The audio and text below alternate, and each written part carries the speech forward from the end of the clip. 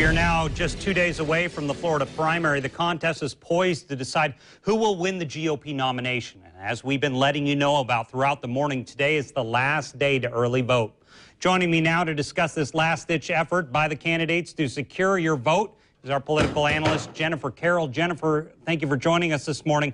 What can we expect these last couple days? I know Marco Rubio has been hitting Florida hard. Trump has been seen on top in a lot of polls. What do you really expect to come in a couple days? You're going to see a hard push to get people to the polls, because what the candidates have been doing is seeing what the voter turnout has been and then making phone calls to homes to see who they've probably voted for. So if Marco Rubio sees himself at a shortfall, they're going to be really pushing those voters on Election Day on Tuesday to get out and vote. We have 4 states Tuesday. Florida, it's winner take all. Is that the one everyone's going to be looking at, because it could maybe change the dynamics of the race?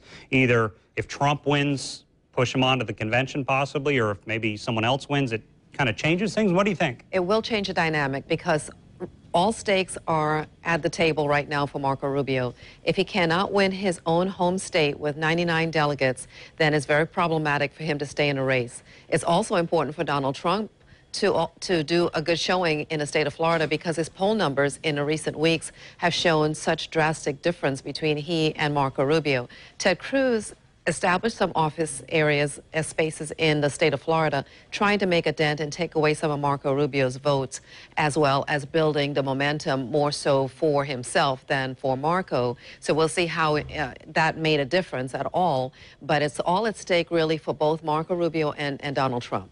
And Jennifer, I know we've been bombarded with political ads the last few weeks, pro and anti-Donald Trump, same for Rubio, really. And then at the same time, you have all these Trump rallies in Chicago stopped by protesters, and Marco Rubio's really been latching on to that, saying this is what you'll get if you elect Donald Trump. We can't do it because of this divisiveness. Is that really taking hold? Well, it could, particularly for last-minute voters, because we've seen in some of the other primary and caucuses where the last-minute voters have gone to either Ted Cruz or Marco Rubio. But keep in mind, some of these efforts to stop the rallies that Donald Trump has been having for the past couple of days could be a concerted effort between the establishment that wanted to stop Trump and stop this train right now, because it's important to stop him in Florida and Ohio, and also coordinated with the Democrats. Bernie Sanders have taken good thumbs up to the rally individuals, saying that they support Bernie Sanders. But the bottom line is that it may even harden Trump supporters to go out and vote for him, because they don't like what they're seeing. What do you expect with some of the early voting numbers? I know Bakari showed us some of those numbers earlier in the hour. Democrats and Republicans coming out in the numbers they are. Is this showing anything with what we've seen so far? Does it look like this could go one way or the other based on the early voting totals? Well, true, because early on, Donald Trump had a strong lead. In some of the recent polls, we're showing the number between Donald Trump and Marco Rubio tightening.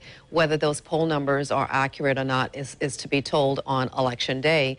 But what we're seeing in Florida is typical to what we've seen throughout the country, where Republicans have turned out in mass numbers compared to those of the Democrats. But Hillary Clinton should do very well in the state of Florida, and then we'll have to wait till election night to see if the polls were right in showing Donald Trump in the lead. Last question, Jennifer. I know Bernie Sanders pulled an upset, outperforming his polling in Michigan. Do you think he can do anything like that Tuesday?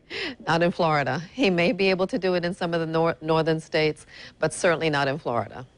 Jennifer Carroll, thank you for your time. I appreciate you stopping by this morning. Monday night at 8 on Channel 4, we are airing our Florida presidential primary, Road to the White House. We'll discuss the race in Florida and how important it is to the election. News4JAX political reporter Kent Justice and Jennifer will be there, so stay tuned for that. Then on Tuesday night, we have the special coverage starting at 7 p.m. when polls close. Expect hourly updates. And don't forget to check out the politics page on news4jax.com.